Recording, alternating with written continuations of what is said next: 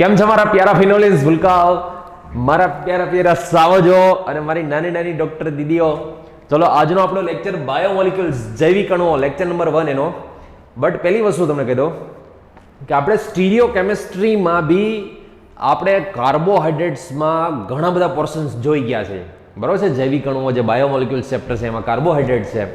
એમાં તમને ખ્યાલ હોય તો ગ્લુકોઝના હાવર્ડ સ્ટ્રક્ચર, ગ્લુકોઝના ફિશર સ્ટ્રક્ચર, ફ્રુક્ટોઝના, રિબોઝના, ડીઓક્સીરિબોઝના, આ બધાના પછી ડાયસેકેરાઇડમાં સુક્રોઝ છે, માલ્ટોઝ છે, એ બધાની લિંક કઈ રીતે હોય, કેવી રીતે એકબીજાની સાથે કનેક્ટ હોય, એ બધી વસ્તુ આપણે તમને ખ્યાલ હોય તો જોઈ ગયા છે, બરાબર? હા કે ના? ઓકે, કાંઈ વાંધો નહીં. આગળથી જોઈ લેક્ચરનું રિવિઝન ના કરવું હોય તમારે, બરાબર છે, તમારે શોધવામાં એમ થાય કે ક્યાં શોધવા જવું, તો એનાથી ઇઝી કરી દઉં. આ લેક્ચર પછી તરત જ, બરાબર છે, એ લેક્ચરની હું તમને લિંક મોકલી દઈશ. એ લિંક ખાસ જોજો. એ બધા લેક્ચર તમે એકવાર રિવિઝન કરી લેજો. આગળ તમને શીખી જ ગયા છો, પણ બાયોમોલિક્યુલ્સ ચેપ્ટરમાં બી એની હું તમને આખા લેક્ચર વાઇઝ તમને હું આપી દઈશ. એ બધા જ લેક્ચર એકવાર જોઈ લેજો. હિન્દી ઇંગ્લિશમાં છે, પણ તમને ક્યાંય તકલીફ નહીં પડે, કારણ કે એમાં મેઇન સ્ટ્રક્ચર જ જોવાના છે બધા, બરાબર? તો એ વસ્તુ ખાસ જોજો. સો હવે આપણે બાયોમોલિક્યુલ્સ ચેપ્ટરમાં સૌથી પહેલા તો બાયોમોલિક્યુલ ચેપ્ટર જે છે આપણું લેક્ચર નંબર 1માં બાયોમોલિક્યુલમાં પહેલા તો પાર્ટ કયા કયા આવે, તો એક આપણે ટોપિક ભણશું carbohydrates, second amino acid, third vitamins and nucleic acid. આ 4 પોર્શન આમાં છે, બરાબર છે. પછી પ્રોટીન ને એન્ઝાઇમ ને બધું તો એમિનો એસિડમાં જ આપણે આવી જશે, એમાં જ ઇન્ક્લુડ કરી દેશું. બટ કાર્બોહાઈડ્રેટ્સ, એમિનો એસિડ, આ 4 પાર્ટથી એક આખું બાયોમોલિક્યુલ ચેપ્ટર આપણે સ્ટડી કરવાનું છે. એમાં સૌથી પહેલા આપણે કાર્બોહાઈડ્રેટ્સ આને સમજશું. કાર્બોહાઈડ્રેટ્સમાં હોય શું, કેવી રીતનું હોય, એનું ક્લાસિફિકેશન શું હોય, એ બધું ડિટેલમાં સમજશું. પહેલી વસ્તુ બેઝિક હું તમને કરાવું આમાં, કાર્બોહાઈડ્રેટ્સની કોમન મોલિક્યુલ ફોર્મ્યુલા શું હોય. જો પહેલા તો કાર્બોહાઈડ્રેટ્સ આને તમે અલગ કરો ને, કાર્બો પ્લસ હાઇડ્રેટ્સ. કાર્બો મતલબ કાર્બન અને હાઇડ્રેટ્સ મતલબ H2O, બરાબર છે, કાર્બનના હાઇડ્રેટ્સ. તો આની કોમન મોલિક્યુલર ફોર્મ્યુલા CxH2OY કહી શકાય. CxH2OY, જ્યાં X અને Y સેમ હોય યા તો ડિફરન્ટ બી હોઈ શકે, XY અલગ અલગ હોય. બટ આ યુનિવર્સલ નથી, સાંભળજો, આ યુનિવર્સલ નથી, સાર્વત્રિક નથી. એટલે કે બધા કાર્બોહાઈડ્રેટ્સની કોમન મોલિક્યુલર ફોર્મ્યુલા CxH2Y નથી. આ સંજોગ છે. આમ તો સંજોગ એટલે શું ખબર છે કે કોઇન્સિડન્સ એટલે કે આમ અમુકમાં મેચ થઈ જાય છે, અમુકમાં મેચ નથી થતા. હું એક એક્ઝામ્પલ આપું તમને. જો ફોર એક્ઝામ્પલ ગ્લુકોઝ છે, ગ્લુકોઝ આમ તો મોનોસેકેરાઇડ બધા જ, ઓલમોસ્ટ બધા નહીં, પણ ગ્લુકોઝ ફ્રુક્ટોઝની એની વાત કરું હું. ગ્લુકોઝ છે, ફ્રુક્ટોઝ છે, એમની C6H12O6, બરાબર છે. આખી મેગી જે છે, તો આખી મેગી તો મેનોઝ છે, એલોઝ છે, ગેલેક્ટોઝ છે, એ બધાનું C6H12O6 આ કોમન મોલિક્યુલર ફોર્મ્યુલા છે. હું આને આમ લખી શકું છું તો C6H2O6, C6H2O6, 6 2 જા 12, 6 1 જા 6. તો અહીંયા આ બંને આને આમ લખી શકાય CxH2OY. તો અહીંયા X અને Y સેમ છે. જો X અને Y કેવા છે? બે સેમ છે. તો આ ગ્લુકોઝની વાત હતી. તો ગ્લુકોઝ મોનોસેકેરાઇડ છે, એની મોલિક્યુલર ફોર્મ્યુલા CxH2Y, એટલે કે આના જેવી મેચ થઈ ગઈ. બીજી વસ્તુ હું વાત કરું કે સપોઝ આપણે ડાયસેકેરાઇડમાં સુક્રોઝની વાત કરીએ. ડાયસેકેરાઇડમાં સુક્રોઝ C12H22O11, તો C12H2O અહીંયા 11 લખી શકું. 11 2 જા 22, 11 1 જા 11, 11 2 22, 11 1 11. તો આમની બી જોવો જી તમે શું થયું કહેવાય, આ CxH2OY જેવી થઈ, આ બરોબર. એ પણ કોના જેવી થઈ? તો કે CxH2OY જેવી થઈ, બરોબર. આ જોજો હવે કાર્બોહાઈડ્રેટ્સની ફરી પાછું કહું, કોમન મોલિક્યુલર ફોર્મ્યુલા CxH2OY જેવી હોય. આમાં અમુકમાં મેચ આવી ગયું, ચલો આ. બટ ક્યારેક એવું બને, ફોર એક્ઝામ્પલ એક્સેપ્શનલ, ટૂંકમાં જેને કહીએ આપણે એક્સેપ્શનલ જોવા આ બધા, કે લેક્ટિક એસિડ છે, એસિટિક એસિડ છે. For example acetic acid, acetic acid. Acetic acid એટલે CH3COOH કહેવાય. કાર્બન 2, હાઇડ્રોજન 4, ઓક્સિજન 2, તો C2H2O2, 2 2 જા 4, 2 1 જા 2, 2 2 ને 4, 2 1 2. તો આ CxH2OY જેવી થઈ. But acetic acid not carbohydrate. Carbohydrate. આ કાર્બોહાઈડ્રેટ નથી, એસિટિક એસિડ છે ને, એની મોલેક્યુલર ફોર્મ્યુલા કોઇન્સિડન્સ, સંજોગ છે. કોના જેવી રહી?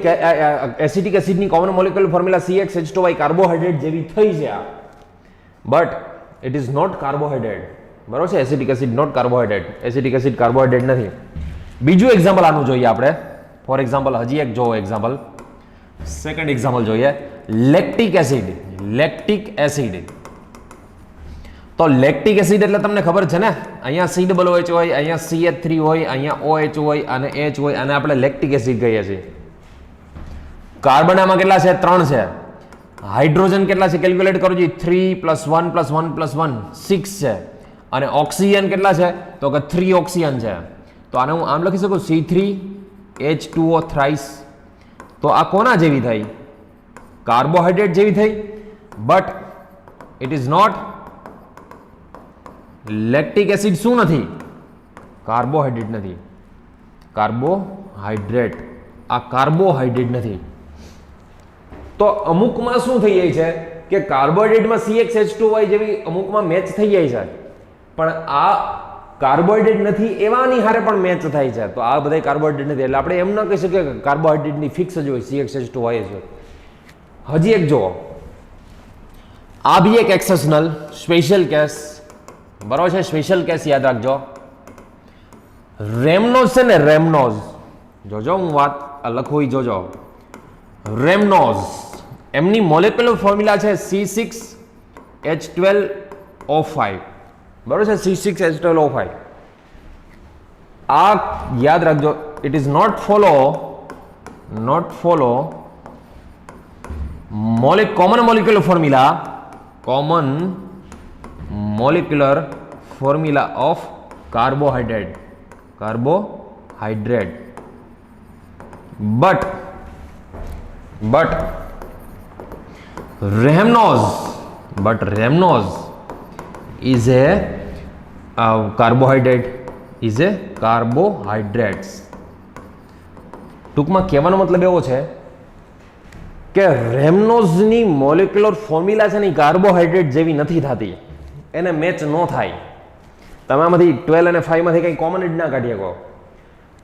રેમનોઝની કોમન મોલેક્યુલર ફોર્મ્યુલા કાર્બોહાઈડ્રેટ જેવી નથી, બટ છતાં બી રેમનોઝ શું છે? કાર્બોહાઈડ્રેટ છે. રેમનોઝ ઇઝ એ કાર્બોહાઈડ્રેટ.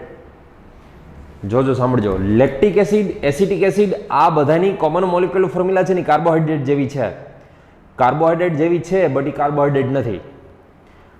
આ રેમનોઝની કાર્બોહાઈડ્રેટ જેવી નથી, બટ છતાં બી રેમનોઝ શું છે? કાર્બોહાઈડ્રેટ છે. આ વસ્તુ યાદ રાખજો. તો આ સ્પેશિયલ કેસ યાદ રાખજો. હવે ક્લાસિફિકેશન, બરોબર છે? કાર્બોહાઈડ્રેટનું ક્લાસિફિકેશન જોઈ લે. તો ક્લાસિફિકેશનમાં મોનોસેકેરાઇડ, ઓલિગોસેકેરાઇડ, પોલિસેકેરાઇડ. કોને મોનોસેકેરાઇડ કહેવાય? સાંભળજો, મોનોસેકેરાઇડ કોને કહેવાય? તો કે જેમનું ફર્ધર, એટલે કે ફરી પાછું તમે હાઇડ્રોલાઇસિસ ના કરી શકો, જેનું હાઇડ્રોલાઇસિસ પોસિબલ નથી, જેનું આગળ કંઈ થાય નહીં, એને શું કહીએ આપણે? મોનોસેકેરાઇડ કહીએ. જેની કોમન મોલેક્યુલર ફોર્મ્યુલા, આમ ફોર એક્ઝામ્પલ, કોમન તો નહીં બટ ફોર એક્ઝામ્પલ આપણે ગ્લુકોઝ, પછી ફ્રુક્ટોઝ, આખી મેગી આમ તો ગ્લુકોઝ, ફ્રુક્ટોઝ, રિબોઝ, બરાબર છે? આખી મેગી એટલે શું? મેનોઝ, એલોઝ, ગેલેક્ટોઝ, આઇડોઝ, આ બધા શું છે? મોનોસેકેરાઇડ. મોનોસેકેરાઇડ કોને કહેવાય? કે જેમનું ફર્ધર હાઇડ્રોલાઇસિસ, જેનું જળ વિભાજન શક્ય જ નથી, એનું હાઇડ્રોલાઇસિસ પોસિબલ નથી, તો એમને આપણે શું કહીએ છીએ? આપણે મોનોસેકેરાઇડ કહીએ છીએ. ઓલિગોસેકેરાઇડ એટલે તો કે જેમના હાઇડ્રોલાઇસિસથી 2 to 10 મોનોસેકેરાઇડ આવે. 2 to 10 મોનોસેકેરાઇડ. 2 થી 10 મોનોસેકેરાઇડ આવતા હોય તો એવા બધાને ઓલિગોસેકેરાઇડમાં કન્વર્ટ કરવામાં આવે છે. તો જો ફોર એક્ઝામ્પલ આ ઓલિગોસેકેરાઇડના પાર્ટ પાડું ફરી પાછું, તો 2 હોય તો એને ડાયસેકેરાઇડ કહેવાય, ડાયસેકેરાઇડ્સ. 3 વાળો હોય તો શું કહેવાય ને? ટ્રાઇસેકેરાઇડ કહેવાય, ટ્રાઇસેકેરાઇડ્સ. 4 હોય તો શું કહેવાય? ટેટ્રાસેકેરાઇડ્સ. બરાબર છે, ટેટ્રાસેકેરાઇડ્સ. જેના હાઇડ્રોલાઇસિસથી 2 મોનોમેરિક યુનિટ મળે, જેના હાઇડ્રોલાઇસિસથી 2 મોનોમેરિક યુનિટ મળે તો એમને આપણે ડાયસેકેરાઇડ કહીએ.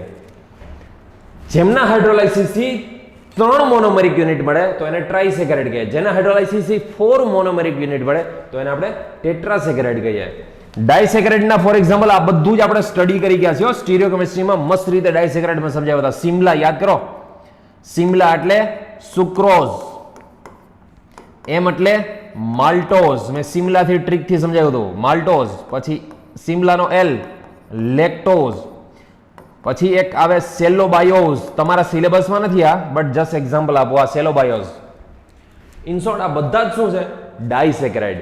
કેમ ખબર પડે આ ડાયસેકેરાઇડ? તો કે ડાયસેકેરાઇડ જેટલા બી ડાયસેકેરાઇડ હોય ને એ બધામાં જેટલા બી ડાયસેકેરાઇડ હોય એનું તમે હાઇડ્રોલાઇસિસ કરો ને તો 2 મોનોમેરિક યુનિટ આવે. કેટલા આવશે? 2 મોનોમેરિક યુનિટ. તો એને આપણે બધાને ડાયસેકેરાઇડ કહીશું. ટ્રાઇસેકેરાઇડ તો કે માલ્ટોટ્રાયોઝ, માલ્ટોટ્રાયોઝ ફોર એક્ઝામ્પલ. બરોબર છે, આનું એક્ઝામ્પલ શું છે? માલ્ટોટ્રાયોઝ. આમનું તો કે સ્ટેચિયોઝ, સ્ટેચિઓઝ. બરોબર છે, ફોર એક્ઝામ્પલ સ્ટેચિયોઝ. ટેટ્રાસેકેરાઇડનું એક્ઝામ્પલ છે. પોલિસેકેરાઇડમાં તો કે પોલિસેકેરાઇડના એક્ઝામ્પલ તમને ખબર જ હશે, આ ભી મેં તમને કરાવી દીધું પોલિસેકેરાઇડ. એના ફોર એક્ઝામ્પલ સ્ટાર્ચ, સ્ટાર્ચ એમ આવે. પછી સેલ્યુલોઝ, પછી ગ્લાયકોજન, ગ્લાયકોજન. પછી ગમ, ગમ એટલે ગુંદર, ગમ એટલે ગુંદર. તો આ બધા જ શું છે? તો યાદ રાખજો કાર્બોહાઈડ્રેટ છે, અને કાર્બોહાઈડ્રેટમાં મોનોસેકેરાઇડ. ફરી પાછું મોનોસેકેરાઇડ કોને કહેવાય? તો જેમનું ફર્ધર હાઇડ્રોલાઇસિસ પોસિબલ નથી એને મોનોસેકેરાઇડ કહીએ. ડાયસેકેરાઇડ કોને કહેવાય? તો કે જેના હાઇડ્રોલાઇસિસથી 2 મોનોમેરિક યુનિટ આવે તો એને ડાયસેકેરાઇડ કહેવાય. ટેટ્રાસેકેરાઇડ તો કે જેના હાઇડ્રોલાઇસિસથી 3 મોનોમેરિક યુનિટ આવે તો એને ટેટ્રાસેકેરાઇડ, ટ્રાઇસેકેરાઇડ. જેના હાઇડ્રોલાઇસિસથી 4 મોનોમેરિક યુનિટ આવે તો એને ટેટ્રાસેકેરાઇડ. પોલિસેકેરાઇડ તો કે જેના હાઇડ્રોલાઇસિસથી ઇન્ફાઇનાઇટ, ઇન્ફાઇનાઇટ તો ન કહેવાય but n numbers of monomers મળે તો એવા છે સ્ટાર્ચ, સેલ્યુલોઝ, ગ્લાયકોજન, ગમ. પછી સ્ટાર્ચમાં એમાઇલોઝ અને એમાઇલોપેક્ટિન આવે, ખબર છે ને? સ્ટાર્ચની અંદર શું હોય? યાદ કરો, સ્ટાર્ચની અંદર મેં તમને આ લખાવ્યા હતા. આને ફરી પાછા 2 પાર્ટ હોય, એક હોય એમાઇલોઝ, બીજો હોય એમાઇલોપેક્ટિન. એમાઇલોપેક્ટિન 15 to 20% સુધીના હોય, આ 80 to 85% સુધી આ હોય. બરોબર છે, આ બધા ઇન શોર્ટ બધા કાર્બોહાઈડ્રેટ્સ. હવે આ કાર્બોહાઈડ્રેટ્સ છે, આ બરોબર છે, આ બધા જે કાર્બોહાઈડ્રેટ્સ છે, મોનોસેકેરાઇડ, ઓલિગોસેકેરાઇડ, પોલિસેકેરાઇડ, એકચ્યુઅલમાં આ બધાનો સફિક્સ એટલે કે પ્રત્યય છે ને ઓઝ લગાવવામાં આવે. શું લગાવાય એનો suffix? Ose. Glucose, allose, maltose, sucrose, જેટલા બી monosaccharide, disaccharide, stachyose, melitriose, ose, OSE, આ બધાનો સફિક્સ છે. જનરલી કહું છું, ઓલવેઝ નથી. બરોબર? હવે સમજો, જેટલા બી આ મોનોસેકેરાઇડ છે, બરોબર છે, એમાં 2 પોસિબિલિટી હોય. કાર્બોહાઈડ્રેટ્સમાં 2 પોસિબિલિટી હોય. એક તો CHO ગ્રુપ પ્રેઝન્ટ હોય, યા તો એમાં યાદ રાખજો કીટોન ગ્રુપ પ્રેઝન્ટ હોય, CO ગ્રુપ પ્રેઝન્ટ હોય. બરોબર? તો આ બધા જેમાં CH હોય ને આલ્ડોઝ કહેવાય. એ બધાને શું કહેવાય? આલ્ડોઝ કહીએ છીએ. અને આ બધાને શું કહીએ? તો કે કીટોઝ કહીએ. જેમાં આલ્ડીહાઇડ હોય એ બધા આલ્ડોઝ કહેવાય, જેમાં કીટોન હોય એને કીટોઝ કહેવાય. ઇન શોર્ટ, જેમાં આલ્ડીહાઇડ છે ને આપણે શું કહીએ? આલ્ડોઝ કહીએ. જેમાં કીટોન છે ને કીટોઝ કહીએ. હવે સપોઝ આલ્ડીહાઇડ હોય અને 3 કાર્બન હોય તો એને આપણે ટ્રાયોઝ, 4 કાર્બન હોય તો એને ટેટ્રોઝ, 5 કાર્બન હોય તો આપણે પેન્ટોઝ, 6 કાર્બન હોય તો હેક્ઝોઝ અને 7 કાર્બન હોય તો હેપ્ટોઝ. બરોબર? ક્લાસિફિકેશન જુઓ, અહીંયા હું તમને કમ્પ્લીટ આખે આખું સમજાવું, બહુ ઇઝી છે. આમ તો આ એકડિયા પકડિયાનું કહેવાય. આ જેમાં 3 કાર્બન હોય તો એને ટ્રાયોઝ કહેવાય, 4 કાર્બન હોય તો ટેટ્રોઝ કહેવાય, 5 કાર્બન હોય તો પેન્ટોઝ, 6 કાર્બન હોય તો હેક્ઝોઝ, 7 કાર્બન હોય તો હેપ્ટોઝ. હવે 3 કાર્બન વાળામાં આલ્ડીહાઇડ હોય તો આગળ આલ્ડોઝ લગાવી દો, તો આલ્ડો ટ્રાયોઝ, આલ્ડો ટેટ્રોઝ, આલ્ડો પેન્ટોઝ, આલ્ડો હેક્ઝોઝ, આલ્ડો હેપ્ટોઝ. જો કીટોન હોય તો કીટો ટ્રાયોઝ, કીટો ટેટ્રોઝ, કીટો પેન્ટોઝ, કીટો હેક્ઝોઝ, કીટો હેપ્ટોઝ. ઇન શોર્ટ, આલ્ડીહાઇડ છે કે કીટોન છે એના ઉપર ડિપેન્ડ હોય. બરોબર છે? આલ્ડીહાઇડ હોય તો આલ્ડો લાગે, કીટો હોય તો કીટોઝ. જેમ કે ગ્લુકોઝ છે તો એમાં આલ્ડીહાઇડ પ્રેઝન્સ છે, તો ગ્લુકોઝને શું કહેવાય? તો ગ્લુકોઝમાં આલ્ડીહાઇડ છે અને 6 કાર્બન છે તો એને આલ્ડો હેક્ઝોઝ બોલાય. ફ્રુક્ટોઝ છે તો ફ્રુક્ટોઝમાં 6 કાર્બન છે બટ એમાં છે કીટોન, તો એને યાદ રાખજો 6 કાર્બન હોય તો કીટો હેક્ઝોઝ.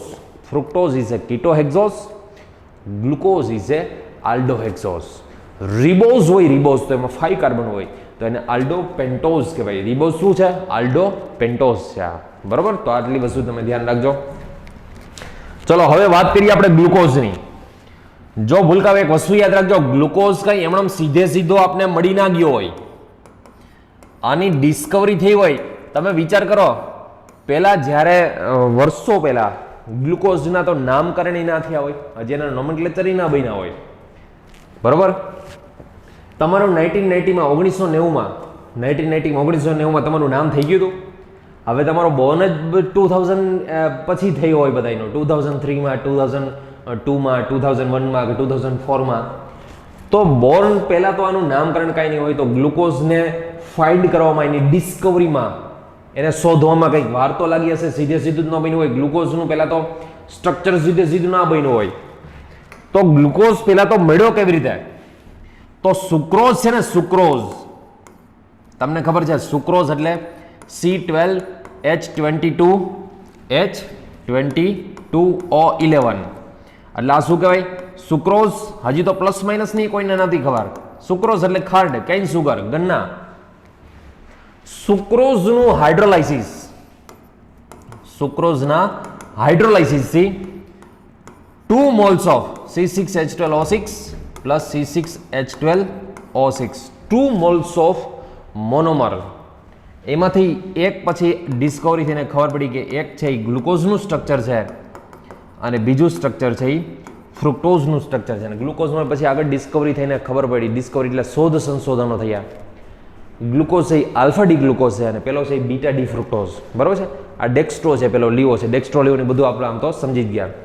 બીજી વસ્તુ C6H12O5, C6H10O5, not 12 but H10. જોજો આ, અને અહીંયા N, એટલે આ શું કહેવાય? પોલિસેકેરાઇડ.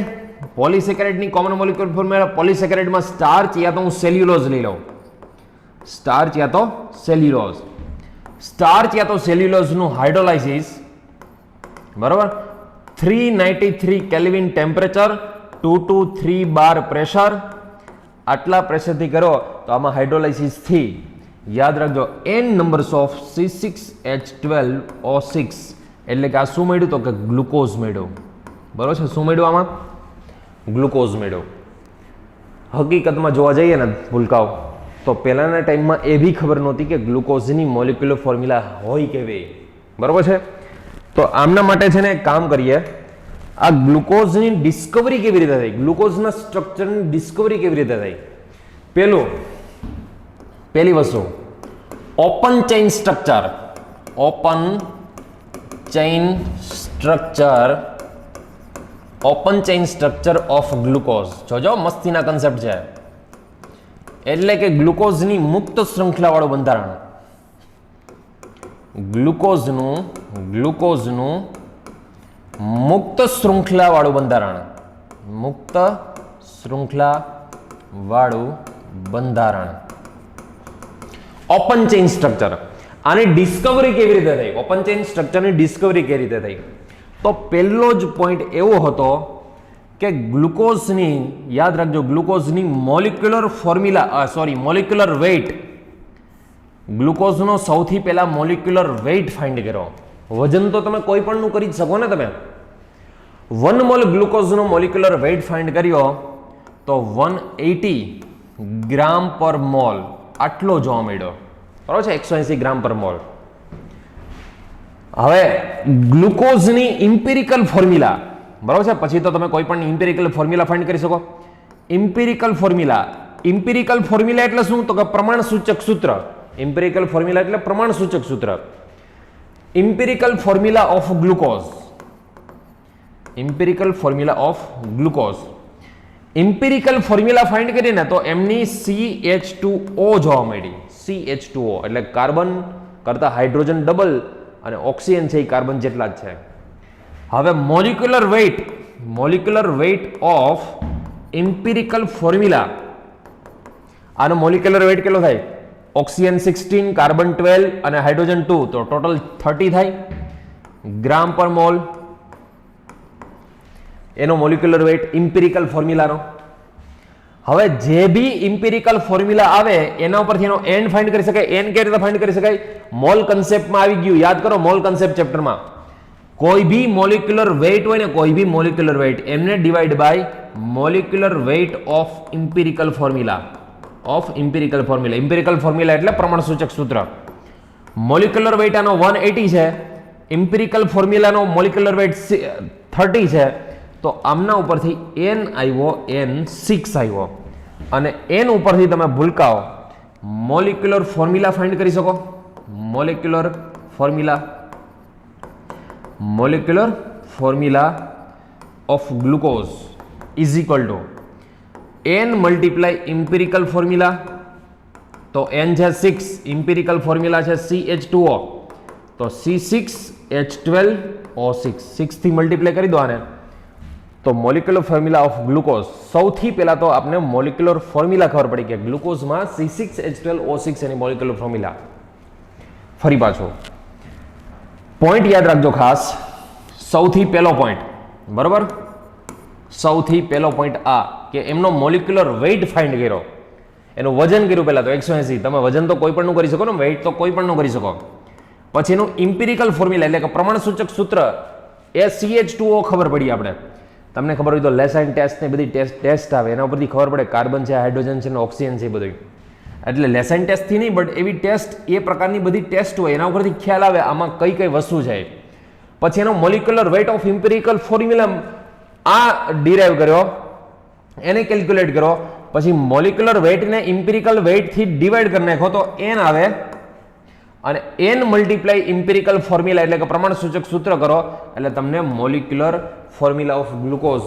પહેલા તો સીધી એ જ ખબર પડી કે ગ્લુકોઝમાં C6H12O6 આવું કંઈક છે, બરાબર. ચલો બીજી વસ્તુ, હવેના જે હું પોઈન્ટ કહેતો જાવ જોજો ખાસ. બીજો પોઈન્ટ, ગ્લુકોઝ છે ને, ગ્લુકોઝ જોજો, C6H12O6 આ ગ્લુકોઝની HI સાથે રિએક્શન કરી. કોની સાથે? HI સાથે. આ જે ગ્લુકોઝ છે એમની HI સાથે રિએક્શન કરી. તમે યાદ કરો HI રેડ ફોસ્ફરસ આગળ આપણે એક લેક્ચરમાં આવી ગયો. જેટલા ઓક્સિજન એટલે બધાનું ઉડાડી દે ને, હાઇડ્રોકાર્બન બનાવે. યાદ છે કઈ? હાઇડ્રોકાર્બન બનાવતો હતો. તો HI સાથે રિએક્શન કરીને તો પ્રોડક્ટ આવી નોર્મલ હેક્ઝેન. ફુલ્લી કન્સન્ટ્રેશનથી સમજો, ફુલ્લી કન્સન્ટ્રેશનથી. ગ્લુકોઝની શેની સાથે રિએક્શન કરી? HI સાથે રિએક્શન કરી. શું મળ્યું? Normal hexane. તો આનો મિનિંગ શું થાય? નોર્મલ હેક્ઝેન મળ્યું એનો મિનિંગ શું થાય? તો એનો મિનિંગ એવો થાય કે ગ્લુકોઝમાં 6 કાર્બન આવી રીતે નોર્મલ ચેઇનમાં છે, બરાબર છે. આવું પ્રેઝન્ટ છે ગ્લુકોઝમાં, કંઈક આવું પ્રેઝન્ટ છે. ગ્લુકોઝની અંદર 6 કાર્બન છે અને 6 કાર્બન નોર્મલ ચેઇનમાં છે, તો જ નોર્મલ હેક્ઝેન મળે આપણે, બરોબર. ઓકે, બીજી વસ્તુ ગ્લુકોઝની જોજો, હું લખું એ સમજો ખાસ. ગ્લુકોઝની NH2OH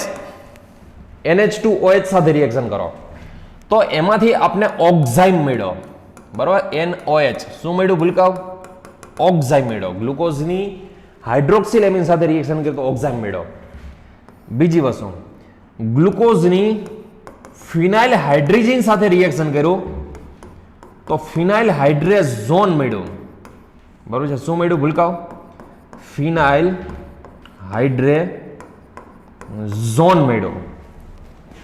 ત્રીજી વસ્તુ, ગ્લુકોઝની HCN સાથે રિએક્શન કરી. કોની સાથે? HCN સાથે. તો એમાં આપને સાયનોહાઇડ્રીન મળ્યું. સાયનોહાઇડ્રીન મળ્યું. તો આ ત્રણેય ટેસ્ટ, ટૂંકમાં ગ્લુકોઝની અલગ અલગ ટેસ્ટ કરીએ છીએ. તો આ ત્રણેય ટેસ્ટ ઉપરથી શું ખબર પડે? આ ત્રણેય ટેસ્ટ ઉપરથી એટલી જ ખબર પડે કે ગ્લુકોઝમાં કાર્બોનિલ ફંક્શનલ ગ્રુપ પ્રેઝન્ટ. જો કાર્બોનિલ ફંક્શનલ ગ્રુપ, કારણ કે હાઇડ્રોક્સિલ એમાઇન પછી આ ફિનાઇલ હાઇડ્રેઝિન HCN એ કીટોન સાથે રિએક્શન કરી શકે અને આલ્ડીહાઇડ સાથે રિએક્શન કરી શકે. પહેલી ટેસ્ટ ફરી પાછો, ગ્લુકોઝની HI સાથે રિએક્શન કર્યું તો શું મળ્યું? Normal hexane. તો નોર્મલ હેક્ઝેન ઉપરથી શું ખબર પડી કે ગ્લુકોઝમાં 6 કાર્બનની નોર્મલ ચેન છે. આટલું ફાઇનલ, ગ્લુકોઝમાં 6 કાર્બનની નોર્મલ ચેન છે એટલું ફાઇનલ. બીજી વસ્તુ, ગ્લુકોઝની હાઇડ્રોક્સિલ એમાઇન સાથે કર્યું તો ઓક્ઝામ મેળો. ગ્લુકોઝની ફિનાઇલ હાઇડ્રેઝન સાથે રિએક્શન કર્યું તો ફિનાઇલ હાઇડ્રેઝન મેળો. HCN સાથે રિએક્શન કર્યું તો સાયનોહાઇડ્રીન મેળો. તો આ બધી ટેસ્ટ તો એવું કહે છે કે એમાં કાર્બોનિલ હોવો જોઈએ. કાર્બોનિલ એટલે કે એમાં આલ્ડીહાઇડ અથવા તો કીટોન હોવો જોઈએ. આપને પહેલા તો ખબર નથી કે એમાં શું છે ગ્લુકોઝમાં. ચલો હવે લોચો થયો કે હવે આલ્ડીહાઇડ છે કીટોન છે એ કેમ ખબર પડે? એ કેમ શોધવાનું? તો આલ્ડીહાઇડ અને કીટોનની ટેસ્ટ આપણે ઓર્ગેનિક કેમિસ્ટ્રીમાં શીખી ગયા. યાદ કરો આગળ. તો ગ્લુકોઝમાં છે ને, ગ્લુકોઝમાં જોજો સમજો ખાસ, ગ્લુકોઝમાં બ્રોમિન વોટર એડ કર્યો. બ્રોમિન વોટર, આનું કામ છે ઓક્સિડેશનનું છે. બ્રોમિન વોટર એડ કર્યું તો ગ્લુકોનિક એસિડ મળ્યો. ગ્લુકોનિક એસિડ મળ્યું. આ પછી બીજી વસ્તુ, ગ્લુકોઝમાં ટોલેન્સ રિએજન્ટ નાખ્યો ને, ટોલેન્સ રિએજન્ટ, ટોલેન્સ રિએજન્ટ. તો સિલ્વર છે ને, સિલ્વર એ આપણે આઇસોલેટ, સિલ્વર મિરર ટેસ્ટ માટે, ટોલેન્સ ટેસ્ટ શેના માટે છે? આલ્ડીહાઇડ અને કીટોનને સેપરેટ કરવા માટે આલ્ડીહાઇડની ટેસ્ટ છે. યાદ કરો ટોલેન્સ ટેસ્ટ, એ બી આપણે શીખી ગયા. ફેહલિંગ છે ને, ફેહલિંગ સોલ્યુશન, ફેહલિંગ ટેસ્ટ. ફેહલિંગ રિએજન્ટ એમાં એડ કર્યા ને તો ક્યુપ્રસ ઓક્સાઇડના રેડ બ્રાઉન પીપીટી મળ્યા. રેડ બ્રાઉન પીપીટી જોવા મળ્યા, લાલ અક્ષર મળ્યા એને જોવા.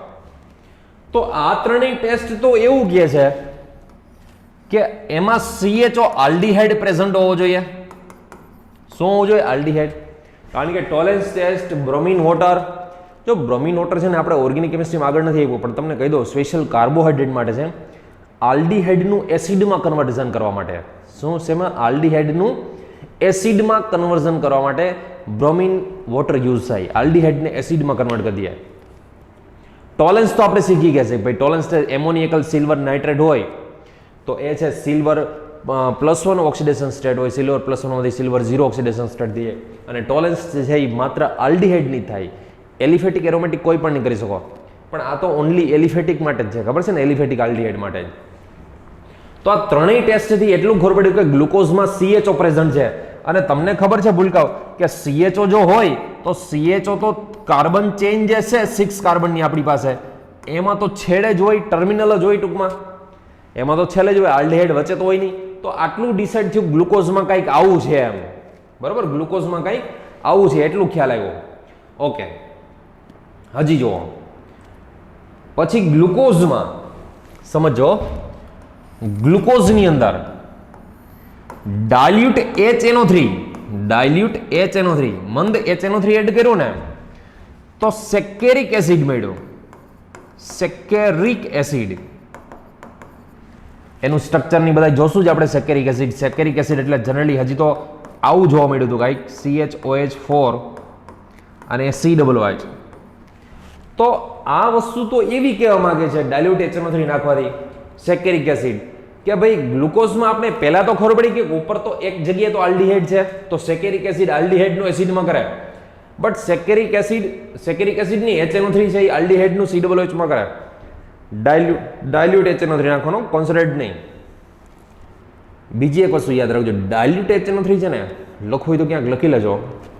સ્પેશિયલ ડાયલ્યુટ HNO3 પ્રાઇમરી આલ્કોહોલનું એસિડમાં કરે, પ્રાઇમરી આલ્કોહોલનું એસિડમાં કરે, પણ સેકન્ડરી કે ટર્સરી આલ્કોહોલનું ઓક્સિડેશન નથી કરતું. ફરી પાછું કાન ખોલીને સાંભળજો, ખુલ્લા રાખજો આખા કાન. ડાયલ્યુટ HNO3 પ્રાઇમરી આલ્કોહોલ હોય તો એનું એસિડમાં કન્વર્ઝન કરે, પણ સેકન્ડરી અથવા તો ટર્સરી આલ્કોહોલને ટચ જ ના કરે, એનું રિડક્શન એનું ઓક્સિડેશન ના કરે. તો આના ઉપરથી એટલું ખ્યાલ આવ્યો કે ભાઈ એક છેડે છે ને, એક છેડે પ્રાઇમરી આલ્કોહોલ છે અને એક છેડે આલ્ડીહાઇડ છે. શું છે ભૂલકાઓ? આલ્ડીહાઇડ છે. અહીંયા શું છે તો કે પ્રાઇમરી આલ્કોહોલ પ્રેઝન્ટ છે. ડાયલ્યુટ HNO3 થી આટલી ખબર પડી કે એક છેડે તો આલ્ડીહાઇડ તો પહેલેથી નક્કી જ હતો, તો એ આલ્ડીહાઇડનું એસિડમાં કન્વર્ઝન થઈ ગયું હોય, અને આ પ્રાઇમરી આલ્કોહોલ છે એનું બી એસિડમાં કન્વર્ઝન થઈ ગયું હોય. ડાયલ્યુટ HNO3 નાખવાથી સેકેરિક એસિડ મળ્યો. બરોબર. પછી એના પછીનો ટેસ્ટ, આ ગ્લુકોઝમાં એસિટિક એનહાઇડ્રેટ નાખ્યો. શું નાખ્યો? Acetic anhydrate. જેવો એસિટિક એનહાઇડ્રેટ નાખ્યો ને તો એમાં પેન્ટા એસિટાઇલ CH2OH. આ શું મળ્યું તો કે પેન્ટા એસિટાઇલ. 5 આના 5 મોલ યુઝ થઈ ગયા. કેટલા યુઝ થઈ ગયા? 5 mall. 5 mall acetic anhydrate use થઈ ગયો. એનો મતલબ એવો થયો કે આ પેન્ટા એસિટાઇલ ડેરિવેટિવ જે બન્યો ને, પેન્ટા એસિટાઇલ ડેરિવેટિવ એટલે વ્યુત્પન્ન, પેન્ટા એસિટાઇલ ડેરિવેટિવ. તો આના ઉપરથી ખબર શું પડે? આના ઉપરથી ખબર શું પડે કે 5OH પ્રેઝન્ટ છે આમાં. કેટલા OH? 5OH પ્રેઝન્ટ એટલે હાજર છે. ગ્લુકોઝની અંદર કેટલા OH પ્રેઝન્ટ છે તો કે 5OH પ્રેઝન્ટ છે. તો જ 5OH, ટૂંકમાં OH ની એસિટિક એનહાઇડ્રેટ આપણે કોલ્બે સ્મિટમાં, કોલ્બે ઇલેક્ટ્રોલિસિસ નહીં, કોલ્બે સ્મિટમાં આપણે શીખી ગયા, યાદ કરો. કોલ્બે સ્મિટમાં આલ્કોહોલની OH ની ટૂંકમાં એસિટિક એનહાઇડ્રેટ અથવા તો એસિટાઇલ ક્લોરાઇડ સાથે રિએક્શન કરી તો OCOCH3 બનતું હતું. તો આ OAC એટલે શું છે તો કે COCH3 એટલે એસિટાઇલ બન્યું કહેવાય. બરાબર છે? એસિટાઇલેશન થયું કહેવાય. તો પેન્ટા એસિટાઇલ ડેરિવેટિવ, તો એનો મતલબ એવો કે આમાં 5 OH હોવા જોઈએ. હવે બીજી વસ્તુ, તો પાછો એક ક્વેશ્ચન થાય ને કે 5 OH છે, 5 OH, એ 5 OH એક જ કાર્બન ઉપર હશે કે અલગ અલગ કાર્બન ઉપર હશે? તો યાદ રાખજો, 2 OH are not stable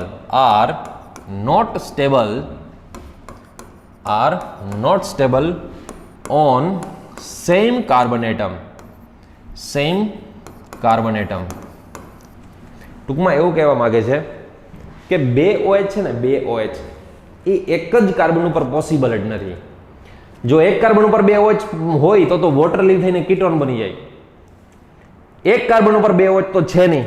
તો આના ઉપરથી એટલી ખબર પડી કે બધા જ therefore all 5 OH are separate.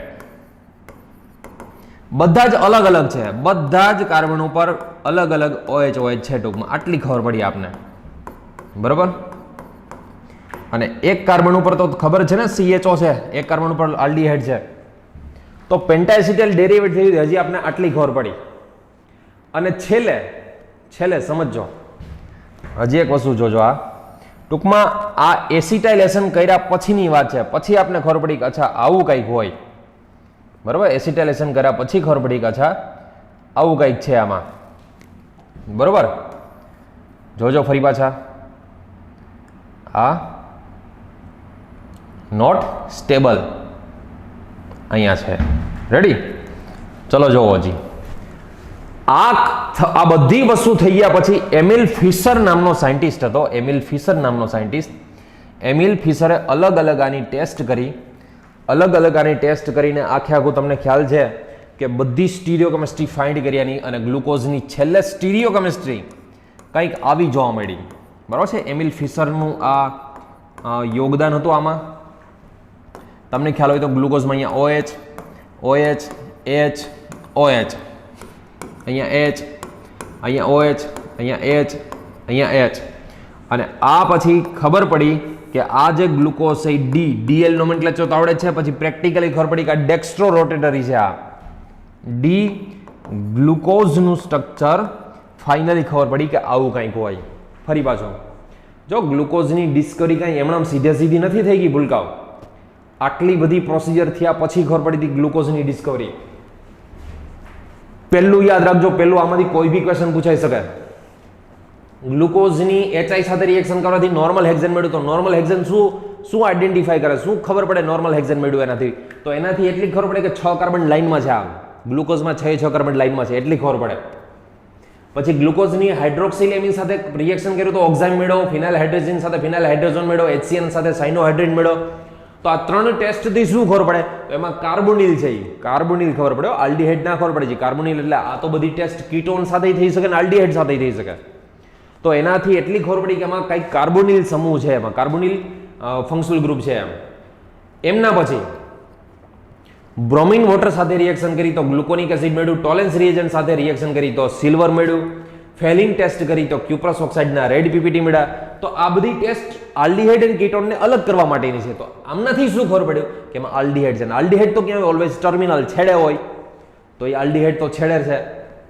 પછી ડાયલ્યુટ HNO3 નાખ્યો તો સેકેરિક એસિડ મળ્યો. તો સેકેરિક એસિડનો મિનિંગ શું?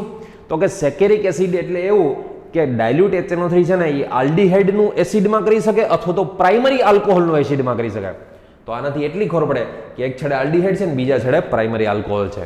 બરોબર? કારણ કે આલ્ડીહાઇડ તો પહેલેથી નક્કી થઈ જ ગયું ને, એટલે આપણે એક છેડે આલ્ડીહાઇડ રાખ્યું છે. પછી એસિટિક એનહાઇડ્રેટ સાથે રિએક્શન કરી તો એસિટિક એનહાઇડ્રેટ સાથે રિએક્શન કરવાથી 5 મોલ એસિટિક એનહાઇડ્રેટ યુઝ થયો, પેન્ટાએસિટાઇલ ડેરિવેટિવ મળ્યું. તો આના પરથી ખબર પડી 5 OH પ્રેઝન્ટ છે.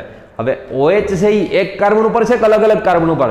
તો પ્રેક્ટિકલી તમને જાણો જ છો ભૂલકાઓ કે એક કાર્બન ઉપર 2 OH પોસિબલ જ નથી. જો એક કાર્બન ઉપર 2 OH પોસિબલ હોય તો વોટર રિમૂવ થઈ જાય, પાણી દૂર થઈ જાય, અને પાણી દૂર થઈને કીટોન બની જાય.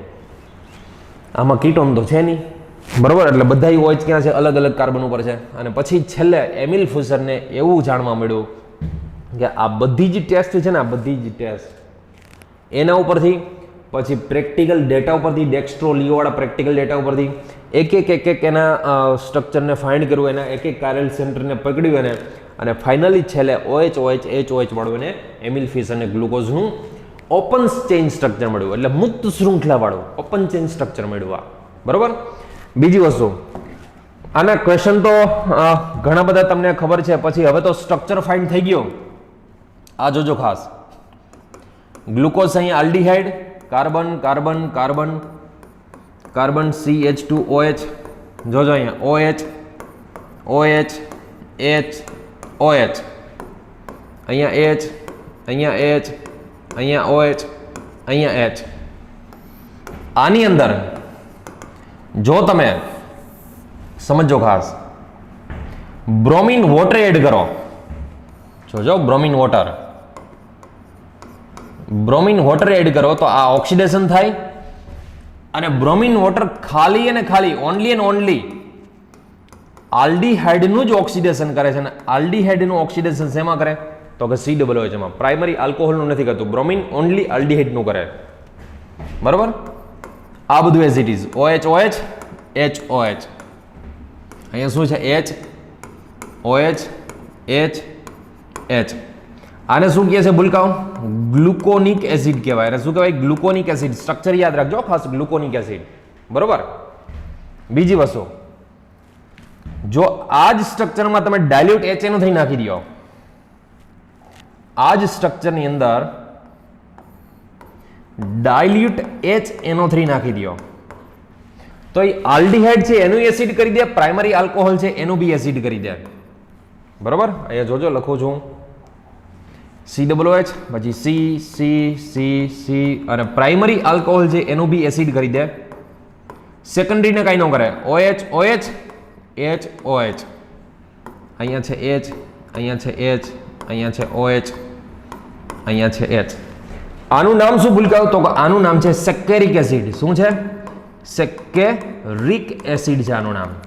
બીજી વસ્તુ કે ગ્લુકોઝમાં ડાયલ્યુટ HNO3 નાખો તોય સેકેરિક એસિડ મળે, અને ગ્લુકોનિક એસિડમાં ડાયલ્યુટ HNO3 નાખી દો ને તો ગ્લુકોનિક એસિડમાંથી પણ યાદ રાખજો સેકેરિક એસિડ મળે. જોજો હું સમજાવું ફરી પાછું. આ આખું ટ્રાયેંગલ સમજો. ગ્લુકોઝમાં તમે બ્રોમિન વોટર એડ કરો તો ગ્લુકોનિક એસિડ, બ્રોમિન વોટર ખાલી કોનું? ઓનલી આલ્ડીહાઇડનું. જો ફરી પાછું અહીંયા હું તમને લખી દઉં છું. આ કન્સેપ્ટ જે હું લખી દઉં ને એ ખાસ યાદ રાખજો. બ્રોમિન વોટર બ્રોમિન વોટર ખાલી શું કરે આ તો કે આલ્ડીહાઇડ હોય ને આલ્ડીહાઇડ CHO એનું COOH માં કન્વર્ઝન કરે બરોબર આ બ્રોમિન વોટર આ પહેલો કન્સેપ્ટ યાદ રાખજો બ્રોમિન વોટર છે એ આલ્ડીહાઇડનું એસિડમાં કન્વર્ઝન કરે આ બીજી વસ્તુ ડાયલ્યુટ HNO3 છે એ શું કરે ડાયલ્યુટ HNO3 પેલો કેસ હતો Br2H2O નો Br2H2O નો કેસ હતો બીજો કેસ હું લઉં છું ડાયલ્યુટ HNO3 નો ડાયલ્યુટ HNO3 નો આ શું કરે તો કે યાદ રાખજો પ્રાઇમરી આલ્કોહોલ હોય ને પ્રાઇમરી આલ્કોહોલ અહીં લખી નાખું CH2OH પ્રાઇમરી એલ્કોહોલ એમાં ડાયલ્યુટ HNO3 નાખી દો તો પ્રાઇમરી આલ્કોહોલનું શું બનાવી દે એસિડ બનાવી દે બીજું આલ્ડીહાઇડ હોય તો પણ એમાં ડાયલ્યુટ HNO3 એડ કરીએ તો શું બની જાય એનું એસિડ બની જાય તો આ વસ્તુ જોવો જ એ જ વસ્તુ થઈ ને આમ તો ગ્લુકોઝમાં બ્રોમિન એડ કરો તો આલ્ડીહાઇડનું શું કરે એસિડમાં એટલે ગ્લુકોનિક એસિડ બનાવ્યું ડાયલ્યુટ HNO3 નાખો તો આલ્ડીહાઇડનું એસિડમાં કરે પ્રાઇમરી આલ્કોહોલનું એસિડમાં કરે તો એને સેકેરિક એસિડ કહેવાય ગ્લુકોનિક એસિડમાં ડાયલ્યુટ HNO3 નાખી દીધો તો એસિડ તો બની જ ગયો છે એટલે એસિડનું તો એસિડ રહે પણ પ્રાઇમરી આલ્કોહોલ છે એનું પણ એસિડમાં કરી દે એટલે સેકેરિક એસિડ બે રીતે મેળવી શકાય ડાયરેક્ટ ગ્લુકોઝમાંથી જોતું હોય ડાયરેક્ટ ગ્લુકોઝમાંથી સેકેરિક એસિડ જોતો હોય તો સીધું ડાયલ્યુટ HNO3 નાખી દો અથવા તો ગ્લુકોઝમાંથી પહેલા ગ્લુકોનિક એસિડ બનાવો ગ્લુકોનિક એસિડમાંથી સેકેરિક એસિડ બનાવો તો ગ્લુકોઝમાંથી ગ્લુકોનિક એસિડ બનાવવા માટે બ્રોમિન વોટર જોઈએ અને ગ્લુકોનિક એસિડમાંથી પાછું સેકેરિક એસિડ બનાવવા માટે ડાયલ્યુટ HNO3 નાખવો પડે બરોબર છે તો આના જે છે રોલ આનો જે રોલ છે એ ખાસ યાદ રાખજો બરોબર છે આ વસ્તુ ભૂલતા નહીં મારા પ્યારા ભૂલકાઓ આ કન્સેપ્ટ ગમે ત્યાંથી ગમે ત્યારે પૂછાઈ શકે છે બહુ ઇમ્પોર્ટન્ટ વેરી ઇમ્પોર્ટન્ટ ટોપિક બરોબર આ એસિડમાં ક્યારે કન્વર્ઝન થાય કીટોનમાં ક્યારે કન્વર્ઝન થાય આલ્ડીહાઇડમાં ક્યારે કન્વર્ઝન થાય આ બધા જ તમને કન્સેપ્ટ A to Z ખબર હોવા જોઈએ બરોબર સો આ જે સ્ટ્રક્ચર અત્યાર સુધી ભણ્યા આ સ્ટ્રક્ચર બધા શેના છે તો કે આ સ્ટ્રક્ચર ગ્લુકોઝના ઓપન ચેઇન સ્ટ્રક્ચરના છે હજી એક વસ્તુ આમ તો તમારા સિલેબસમાં છે નહીં બટ એક વસ્તુ આમાં લખી દઉં તમને કે જો તમારા એ સિલેબસમાં નથી આમનું રિડક્શન કરી નાખો ને H2 in the presence of nickel યા તો પ્લેટિનમ યા તો પેલેડિયમ તો આનું ફર્ધર આલ્ડીહાઇડ છે ને એનું બી OH થઈ જાય આલ્ડીહાઇડનું બી શું થઈ જાય ભૂલકાવ OH થઈ જાય અને એ જે સ્ટ્રક્ચર બને ચલો કંઈક સાઈડમાં બીજી રીતે લખીએ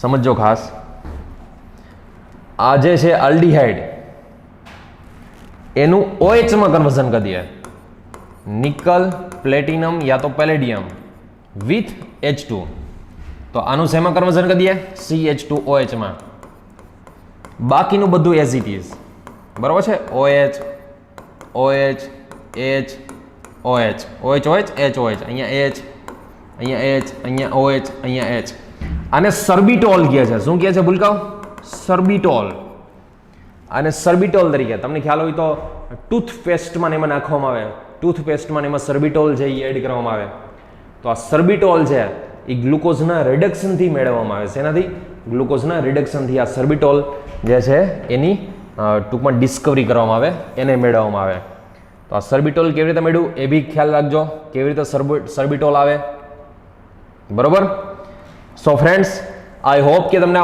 open chain structure of glucose open chain structure of glucose કેવી રીતે બને એ આઈ હોપ તમને ખબર પડી ગયા છે એસિડ છે એસિડ બરોબર એસિડ બને છે આમાં એ લખી દઉં છું અહીંયા જરાક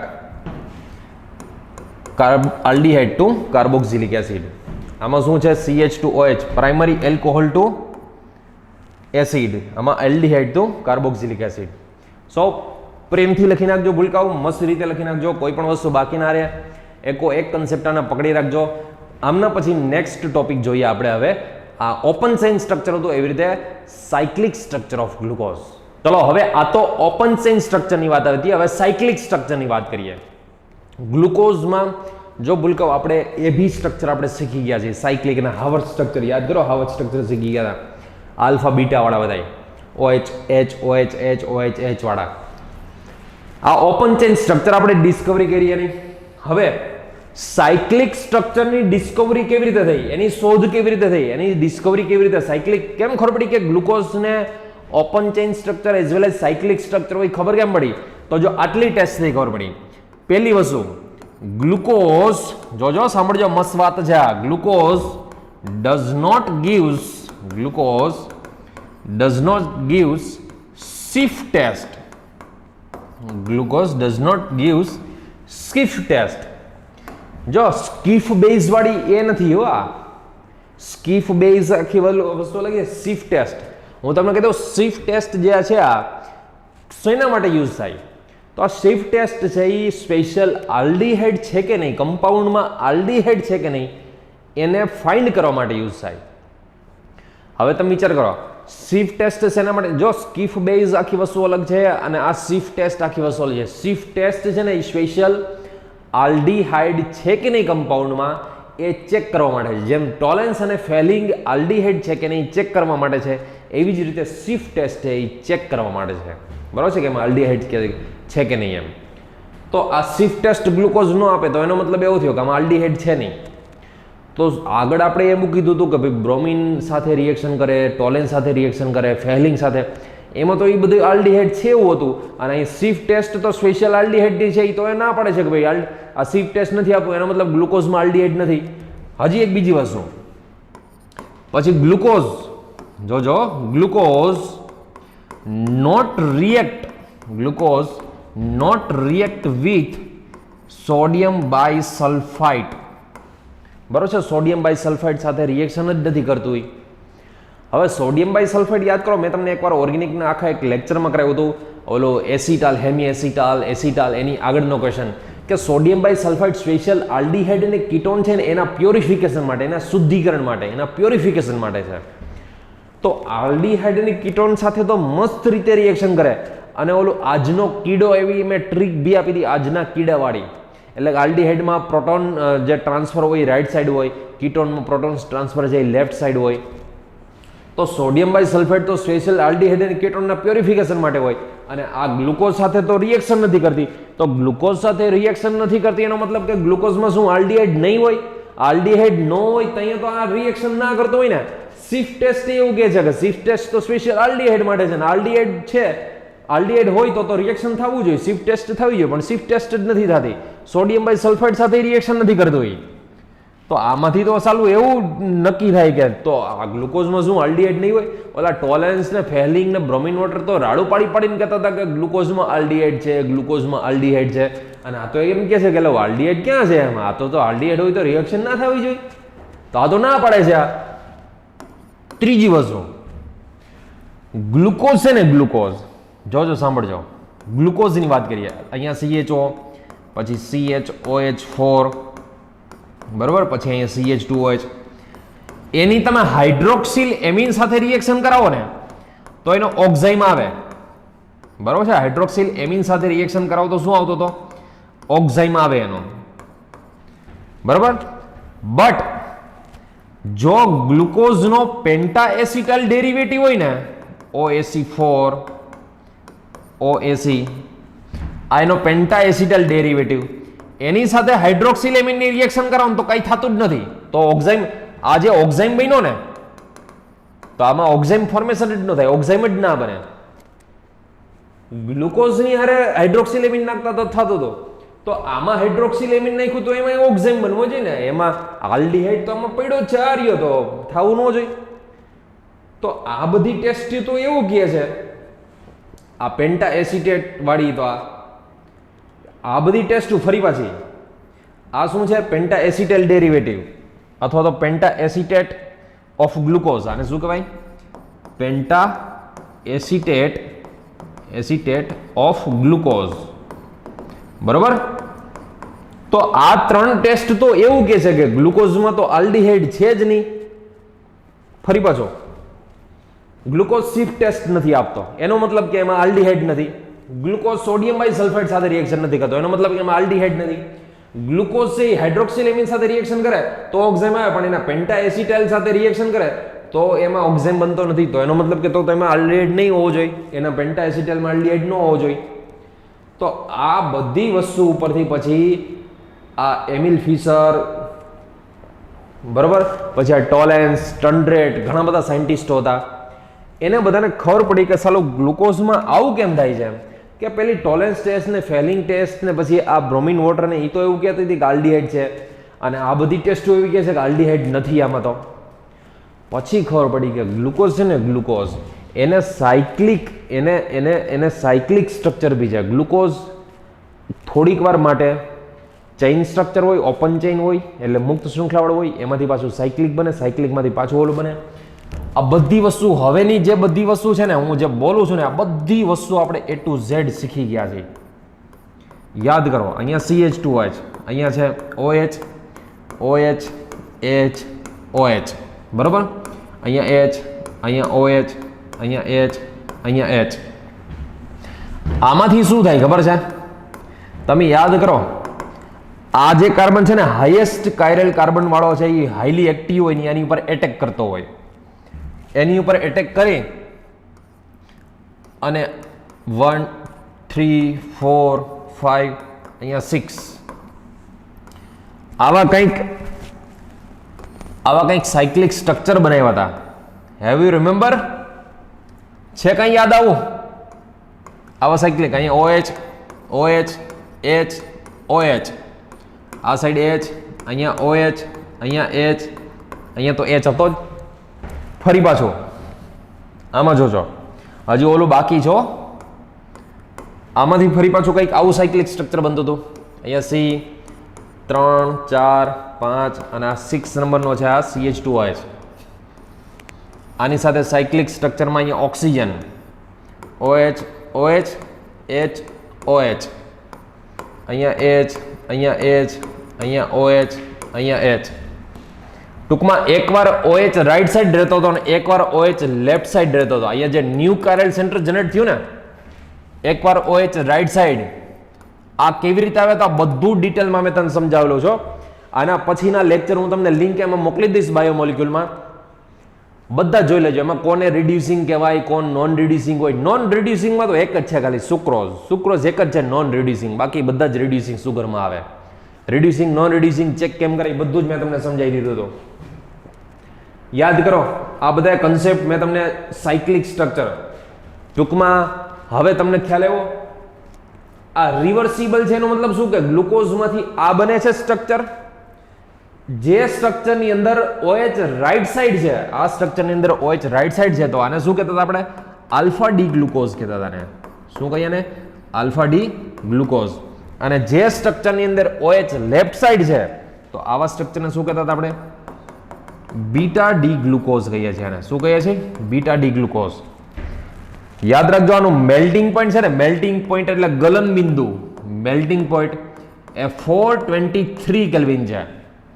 અને 371 કેલ્વિન આટલા ટેમ્પરેચરે આ આઇસોલેટ એટલે ક્રિસ્ટલાઇન થાય. ક્રિસ્ટલાઇન થાય, બરોબર? ક્રિસ્ટલાઇન એટલે કે સ્ફટિકીકરણ પામે.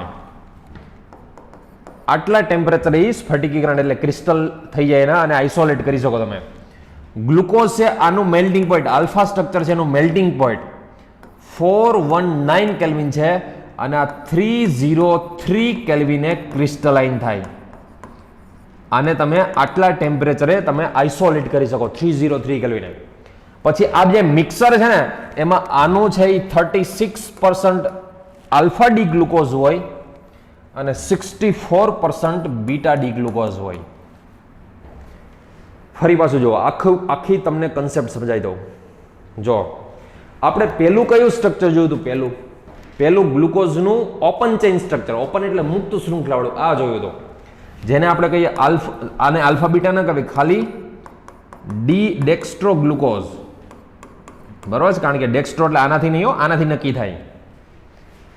બધી ટેસ્ટ જે આપતી હતી ને, ટોલેન્સ, ફેહલિંગ, બેનેડિક્ટ, બરોબર છે, પછી બ્રોમિન વોટર, માની લો કે આ છે, તો એ આ સ્ટ્રક્ચર આપતું હોય, આ સ્ટ્રક્ચર આપતું હોય. પણ શિફ્ટ ટેસ્ટ છે ને, શિફ્ટ ટેસ્ટ, બરોબર છે, એના માટે ટૂંકમાં એ ઝડપથી રિએક્શન ના કરે. શિફ્ટ ટેસ્ટ ઝડપથી રિએક્શન ના કરે. ટૂંકમાં શિફ્ટ રિએજન્ટ જે છે ને, એની યારે ઝડપથી રિએક્શન ના કરે. ધીમે ધીમે રિએક્શન કરે. હવે ધીમે ધીમે રિએક્શન કરવા જાય તો આ ઓપનમાંથી કેવું બની ગયું? સાયક્લિક બની ગયું. સાયક્લિક બની જાય તો આમાં આલ્ડીહાઇડ જ નથી. જો વાત કરી હતી ને, શિફ્ટ ટેસ્ટ નો થાય, સોડિયમ બાયસલ્ફાઇડ સાથે રિએક્શન નો થાય, ના પેન્ટાએસિટાઇલ ડેરિવેટિવ સાથે રિએક્શન નો થાય, તો એ બધું આના લીધે થતું હોય. અને હકીકતમાં પેન્ટાએસિટાઇલ ડેરિવેટિવ છે ને, એ અહીંયા બનતો હોય, ઓએસી ઓએસી ઓએસી ઓએસી ઓએસી ત્યાં બનતો હોય પેન્ટાએસિટાઇલ ડેરિવેટિવ. તો જે ટેસ્ટ નહોતી મળતી ને એના ઉપરથી જ ખબર પડી, શિફ્ટ ટેસ્ટ નહોતી મળતી, હાઇડ્રોક્સિલેમિન સાથે રિએક્શન ન થતું, સોડિયમ બાયસલ્ફાઇડ સાથેની રિએક્શન ન થતું, પછી ખબર પડી કે ગ્લુકોઝમાંથી કંઈક સાયક્લિક બની જતું હોવું જોઈએ. તો સાચું કયું સ્ટ્રક્ચર? ઓપન ચેઇન સ્ટ્રક્ચર સાચું કે ગ્લુકોઝનું આવું સાયક્લિક સ્ટ્રક્ચર સાચું? તો કે બેય સાચા. જો અહીંયા રિવર્સિબલ માર્યો એટલે કે આમાંથી આ બની જાય છે, ફરી પાછું એમાંથી તૂટીને આ બને, આમાંથી પાછું આ બની જાય, આમાંથી તૂટીને ફરી પાછું આ બની જાય, મતલબ એકબીજામાં ઇન્ટરકનેક્ટેબલ હોય. આખું સોલ્યુશન હોય એમાં 36% જેટલું આ બનતું હોય, 64% જેટલું, મતલબ આમાંથી આ બનવાનો રેટ વધારે હોય, આમાંથી આ બનવાનો રેટ ઓછો હોય. બેયને સેપરેટ કરવા હોય, એક જ સોલ્યુશનમાંથી આલ્ફા અને બીટાને સેપરેટ કરવા હોય તો આ 303 કેલ્વિનને તમે ટેમ્પરેચર એટલું ગરમ કરો ને તો આ ક્રિસ્ટલાઇન સોલિડ થઈને નીકળી જાય, અને આ 371 કેલ્વિન ટેમ્પરેચરે આ સોલિડ થઈને નીકળી જાય. આટલા ટેમ્પરેચરને તમે ક્રિસ્ટલાઇન કરી શકો, એટલે સ્ફટિકીકરણ શકો, અલગ કરી શકો તમે આને. બરાબર છે? તો આલ્ફા ટૂંકમાં ઓપન ચેઇન અને સાયક્લિક સ્ટ્રક્ચરની કેરેક્ટરિસ્ટિક થઈ ગઈ. પછી એના હાવર્સ સ્ટ્રક્ચર કેવી રીતે દોરવા, OH વાળા, એ બધું જ મેં તમને ડિટેલમાં મેં તમને સમજાવેલું હતું. યાદ કરો, A to Z પરફેક્ટ મેં તમને કરાવેલું હતું. સો મારા પ્યારા ભૂલકાઓ, આના પછીના હું તમને તરત એ લેક્ચર મૂકી દઈશ. એ લેક્ચર બધા જ રિવાઇઝ કરી લેજો. કદાચ ન મૂક્યા હોય તો કાંઈ વાંધો નહીં, આગળ સ્ટીરિયો કેમિસ્ટ્રીમાં મેં કન્ટિન્યુ 5 લેક્ચર તમને મેં સમજાવ્યા હતા. બરાબર છે? નાના નાના કટકા છે એમાં બધા જ. એમાં પહેલાં ગ્લુકોઝ જોયું હતું, પછી ફ્રુક્ટોઝ, પછી રિબોઝ, ડિઓક્સીરિબોઝ, પછી સુક્રોઝ, માલ્ટોઝ, લેક્ટોઝ, એમાં C1O C4 ગ્લાયકોસિડિક લિંકેજ કહેવાય, બધું જ A to Z. સુક્રોઝને શા માટે ઇન્વર્ટ સુગર કહેવામાં આવે છે, reducing sugar, non reducing sugar વિશેના કન્સેપ્ટ, આ A to Z કન્સેપ્ટ મેં તમને એમાં મસ્ત રીતે સમજાવેલા છે. So friends, A to Z એમાં એકવાર રિવિઝન કરી લેજો. અને કાર્બોહાઈડ્રેટમાં એકો એક NCERTની લીટી વાંચી લેજો. એકો એક લીટી વાંચી લેશો તો એમાં ખૂબ સારું રહેશે. બીજા કન્સેપ્ટ, એક MBBSમાં તમે જાઓ તો એમાં ઓસાઝોન ફોર્મેશન, એ બધા કન્સેપ્ટ આવશે. ઓસાઝોન ફોર્મેશન અને એના એ તમારે અહીંયા કાંઈ આવતા નથી, બટ છતાં બી તમને માની લો કે ઓસાઝોન, આમ તો આ MBBSમાં આવશે એક્સ્ટ્રા ટોપિક. આ તમારે ક્યાંય કામમાં નથી આવતો અત્યારે, એક્સ્ટ્રા ટોપિક. પણ આ ખાલી નામ યાદ રાખજો એટલે MBBSમાં તમને આ ખબર રહે. ઓસાઝોન, બરાબર? આ કોને કહેવાય ઓસાઝોન અને એનું કામ શું? તો કે માની લો કે આ ગ્લુકોઝ હોય ને, CHO, પછી અહીંયા છે જોજો આ CH2OH, પછી અહીંયા OH OH H OH H OH H H. આમાં ફિનાઇલ હાઇડ્રેઝિંગ શું એડ કરવાનું? ફિનાઇલ હાઇડ્રેઝિંગ NH, અહીંયા યાદ રાખજો શું છે? ફિનાઇલ હાઇડ્રેઝિન, PH NH NH2. 3 ઇક્વિવેલન્ટની જરૂર પડે. કેટલા ઇક્વિવેલન્ટની? 3 ઇક્વિવેલન્ટની. એમાં 3 ઇક્વિવેલન્ટમાંથી એક એનિલિન રિમૂવ થાય, એક એમોનિયા રિમૂવ થાય, અને જે 2 મોલ વધે એ 2 મોલ ફર્સ્ટ અને સેકન્ડ કાર્બન સાથે આવી રીતે ફિનાઇલ હાઇડ્રેઝોનની જેમ ફર્સ્ટ અને સેકન્ડ કાર્બન સાથે જ રિએક્શન કરે. બાકીના જે છેલ્લા 4 કાર્બન છે ને, એ 4 કાર્બન સાથે એનું રિએક્શન ના થાય. બરોબર છે? ફર્સ્ટ, સેકન્ડ અને 2 કાર્બન સાથે જ એનું રિએક્શન થાય. OH OH H OH H OH. આ જે બન્યો ને એને ઓસાઝોન કહે છે. યલો કલરનો ઓસાઝોન હોય યાર, બરોબર છે? આને કહે છે ઓસાઝોન. અને ઓસાઝોન ફોર્મેશન. અને શેના માટે ઓસાઝોન કામમાં આવે? Osazone formation use for a identification of, અહીં લખી નાખો, એક કામ કરો, અહીંયા સેન્ટેન્સ લખું છું. ઓસાઝોન is used for a identification of last 4 carbons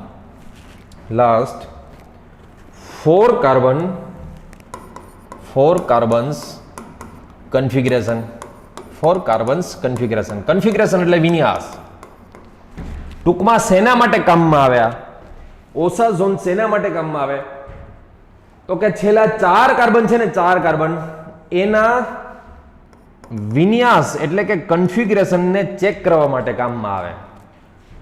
આ કોઈ બી ગ્લુકોઝ હોય, ફ્રુક્ટોઝ હોય કે ગમે તે હોય, આ છે ડી ગ્લુકોઝ, બરોબર, આ ડી ગ્લુકોઝ.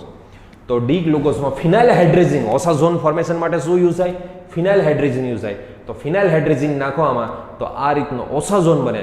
ટૂંકમાં છેલ્લા 4 કાર્બનને આઈડેન્ટિફાઈ કરવા માટે યુઝ થાય. એકચ્યુઅલમાં હવે તમને ક્વેશ્ચન પૂછે કે ચલો આવો ઓસાઝોન કોનો કોનો બની શકે? હાલો, આ જ ઓસાઝોન કોનો કોનો બની શકે? ફરી પાછો જોજો. CH ડબલ બોન્ડ N, અહીંયા છે NH-PH, પછી C double bond N, NH-PH, CH2OH, OH, OH, H, અહીંયા H, OH. તો એવો ક્વેશ્ચન પૂછે કે આ ઓસાઝોન કોનો બની શકે? એમ છેલ્લા 4 કાર્બન સેમ છે જોવામાં, એટલે છેલ્લા 4 કાર્બનના કન્ફિગ્યુરેશન ચેક કરવા માટે. તો એવું કહી શકાય કે આ ઓસાઝોન એક તો ગ્લુકોઝનો બને. કોનો બને? ગ્લુકોઝનો. જોજો CHO, આમાં પેલા 2 કાર્બન તો નીકળી જાય છે ને, પેલા 2 કાર્બનનું તો કંઈ કામ જ નથી. OH, OH, H, OH, બરોબર, OH, H. આ છેલ્લા 4 કાર્બન, આમાં ફિનાઇલ હાઇડ્રેઝિન 3 ઇક્વિવેલન્ટ. કેટલા ઇક્વિવેલન્ટ? 3 મોલ. 3 ઇક્વિવેલન્ટ ફિનાઇલ હાઇડ્રેઝિન નાખી દો તો ડી ગ્લુકોઝનો ઓસાઝોન આવો બને. બીજો ઓસાઝોન આવો કોનો બની શકે? તો હું લખાવું છું, હજી જોજો. હજી એક આવો ઓસાઝોન, આમાં ફિનાઇલ હાઇડ્રેઝિન નાખી દો 3 ઇક્વિવેલન્ટ. તો આવો જ ઓસાઝોન ફ્રુક્ટોઝનો પણ બની શકે. ડબલ બોન્ડ, કારણ કે ગ્લુકોઝ અને ફ્રુક્ટોઝના છેલ્લા 4 કાર્બન સેમ હોય. OH, OH, H, અહીંયા છે H, OH, OH. આ કોણ થઈ ગયો? ભૂલકાવ ફ્રુક્ટોઝ થઈ ગયો. આ કોણ થઈ ગયો? ફ્રુક્ટોઝ. તો ફ્રુક્ટોઝનો ઓસાઝોન આવો જોઈએ. જો છેલ્લા 4 carbon same to same, OH right, OH right, OH right, OH right, H right, H right. તો ફ્રુક્ટોઝનો પણ ઓસાઝોન આવો જ બને. હજી કોનો ઓસાઝોન આવો બને? તો કે હજી ઓસાઝોન, હજી જોજો, PH, NH, NH2, 3 equivalent, 3 equivalent. તો અહીંયા છે CHO, C, C, C, C, C, પછી OH, OH, H. અહીંયા OH હોય તો ગ્લુકોઝ થઈ જાય, પણ આ સેકન્ડ કાર્બનને ચેન્જ કરીને નાખો તો યાદ કરો, આ મેનોઝનું સ્ટ્રક્ચર થઈ ગયું. કોનું સ્ટ્રક્ચર થઈ ગયું? બોલાવો, ભૂલકાવ. આ થઈ ગયું મેનોઝનું સ્ટ્રક્ચર. મેગી વાળો જે મેનોઝ છે એનું. તો મેનોઝમાંથી પણ ઓસાઝોન આવો જ બને. હવે તમે વિચારો, ચલો ગેલેક્ટોઝનો ઓસાઝોન આવો બને કે ના બને? બરોબર છે, મને તમારે આન્સર આપવાનો છે. અહીંયા હું નોટ લખી દઉં. પહેલા તો ગેલેક્ટોઝનું સ્ટ્રક્ચર ખબર હોવી જોઈએ. નોટ. ચલો ગેલેક્ટોઝનું structure CHO, C, C, C, C, CH2OH. પહેલા હું ગ્લુકોઝ દોરી નાખું. OH, OH, H, OH. આ તો ગ્લુકોઝની વાત છે ને, ગ્લુકોઝની વાત છે. ચલો, બટ ફોર્થ નંબર એટલે આ થાય. આમાં OH અને H ચેન્જ કરી નાખો. આ સાઈડ H અને આ સાઈડ OH, અને આનો ઓસાઝોન બનાવો. હાલો, તો છેલ્લા 4 કાર્બનને ચેક કરો. આ છેલ્લા 4 કાર્બન, બરોબર, આમાંથી તો ઓસાઝોન બની જાય, એનો તો ઓસાઝોન બની જાય. છેલ્લા 4 કાર્બન જોવો જી, આના જેવા છે. તો પેલો OH છે, પણ અહીંયા મેચ નથી થતો. તો ગેલેક્ટોઝ, આ કોનું સ્ટ્રક્ચર થયું? આ ગેલેક્ટોઝ. તો ગેલેક્ટોઝનો ઓસાઝોન આના જેવો ના બને. તો યાદ રાખજો ભૂલકાઓ, ઓસાઝોન શેના માટે કામમાં આવે છે? તો ઓસાઝોન લાસ્ટ 4 કાર્બનના કન્ફિગ્યુરેશન સેમ છે કે ડિફરન્ટ છે, આ ચેક કરવા માટે ઓસાઝોન કામમાં આવે છે. MBBS માં આવશે, તમને આમાં ક્યાંય આવશે નહીં, બટ ખબર હોવી જોઈએ કે ઓસાઝોન કોને કહેવાય. યલો કલર સોલિડ હોય, અને તમને ઓસાઝોન MBBS માં તમને ત્યાં સમજાવવામાં આવશે. તો મારા પ્યારા ભૂલકાઓ, આ બધી વસ્તુ યાદ રાખજો કે ઓસાઝોન કોને કહેવાય. બહુ અઘરું નથી, સિમ્પલ જ છે. ઓસાઝોન એટલે ગ્લુકોઝ, ફ્રુક્ટોઝ, મેનોઝ કે ગમે તે હોય એમાં ફિનાઇલ હાઇડ્રોજનના 3 મોલ નાખી દો તો 1 mole aniline 1 mole ammonia leave થાય અને 2 મોલ ત્યાં ચોટી જાય અને ક્યાં ચોટે? પહેલા અને બીજા કાર્બન ઉપર જ ચોટે. તો છેલ્લા 4 કાર્બન એમણમ પડ્યા રહે. તો છેલ્લા 4 કાર્બનના વિન્યાસ એટલે કે કન્ફિગ્યુરેશન ચેક કરવા માટે ઓસાઝોન નક્કી કરવામાં આવે છે. બરોબર, આખો રિવિઝન કરી લેજો. કાર્બોહાઈડ્રેટમાં એનસીઆરટી લીટી વાંચી લેજો. પણ મેં તમને જેમ કીધું કે પહેલા ઓલા લેક્ચર્સ જે છે એ લેક્ચર રિવાઇઝ કરજો બધા જ. એ લેક્ચર રિવાઇઝ કર્યા પછી જ બધા સ્ટ્રક્ચર સાથે મેં આગળ કરાવી દીધા છે. એ રિવાઇઝ કર્યા પછી જ તમે એનસીઆરટી જોજો તો તમને એનસીઆરટીમાંથી બધું જ પરફેક્ટ સમજાઈ જશે. સો મારા પ્યારા ભૂલકાઓ, થેન્ક યુ સો મચ. જય શ્રી કૃષ્ણ, જય સ્મરણ, જય હિન્દ. મળીએ નેક્સ્ટ લેક્ચરમાં. એમિનો એસિડ આપણે સમજશું. એમિનો એસિડમાં મળીએ. આવજો. જય શ્રી કૃષ્ણ, જય સ્મરણ, જય હિન્દ.